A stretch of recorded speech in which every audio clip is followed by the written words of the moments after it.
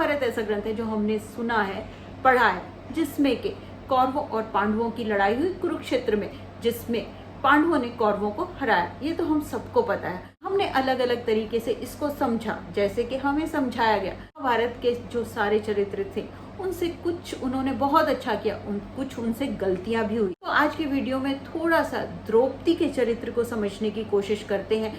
उससे हम थोड़ा सा ह्यूमन बिहेवियर, ह्यूमन साइकोलॉजी को समझने की कोशिश करते हैं कि उसने जो किया वो क्यों किया, क्या गलती थी और क्या हम द्रौपदी के चरित्र से सीख सकते हैं। द्रौपदी जो 5 पांडवों की पत्नी थी, और कहते हैं द्रौपदी की ईगो और बदले की भावना की वजह से महाभारत की लड़ाई हुई। आज हम देखते हैं कि द्रौपदी के चरित्र से वो कौन से 5 लेसन्स हैं जो हम सीख सकते हैं। इसमें सबसे पहले आता है कि आपको हमेशा ध्यान रखना चाहिए क्या आप भगवान से प्रे कर रहे हैं, क्या मांग रहे हैं। अगर वो सच हो जाता है तो उसके कॉन्सिक्वेंसेस क्या होंगे। द्रौपदी के चरित्र से ये हम बहुत अच्छी तरह समझ सकते हैं। कहानी के अनुसार कहते हैं द्रौपदी ने अपने पिछले जन्म में शिव जी की बहुत आराधना की, जिससे कि शिव जी खुश हुए और उन्होंने कहा कि तुम कोई भी वर मांगो। तो द्रौपदी ने कहा कि अगले जन्म मेरा जो हस्बैंड, उसमें 5 क्वालिटीज होनी चाहिए। वो इंटेलिजेंट होना चाहिए, स्ट्रॉन्ग होना चाहिए, बहुत अच्छा योद्धा होना चाहिए, सुंदर होना चाहिए और न्यायप्रिय होना चाहिए। शिव जी ने कहा कि एक आदमी में ये सब नहीं हो सकता, इसलिए तुम दूसरा कोई वरदान मांगो। लेकिन द्रौपदी नहीं मानी और उन्होंने कहा कि मुझे तो यही वरदान चाहिए।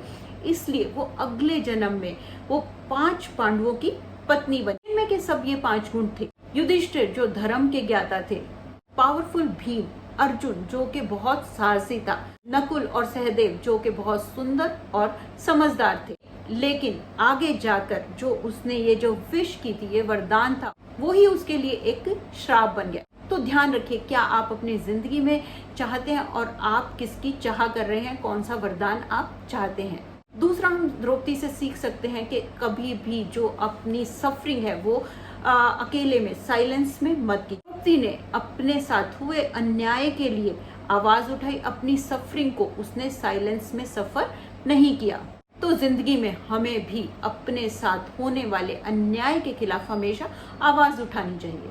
उसके बाद हम सब जानते हैं कृष्ण जी द्रौपदी के सबसे अच्छे सखा थे, मित्र थे, जिन्होंने द्रौपदी को हमेशा अच्छी गाइडेंस दी और हमेशा एक अच्छे दोस्त की तरह उनका साथ निभाया। इसलिए जिंदगी में एक सच्चा दोस्त होना बहुत जरूरी है। उसके बाद बहुत ही इम्पोर्टेंट, अपनी जो टंग है, अपनी जबान को हमेशा बहुत सोच समझ कर यूज कीजिए। क्योंकि द्रौपदी ने एक बार दुर्योधन का मजाक उड़ाया।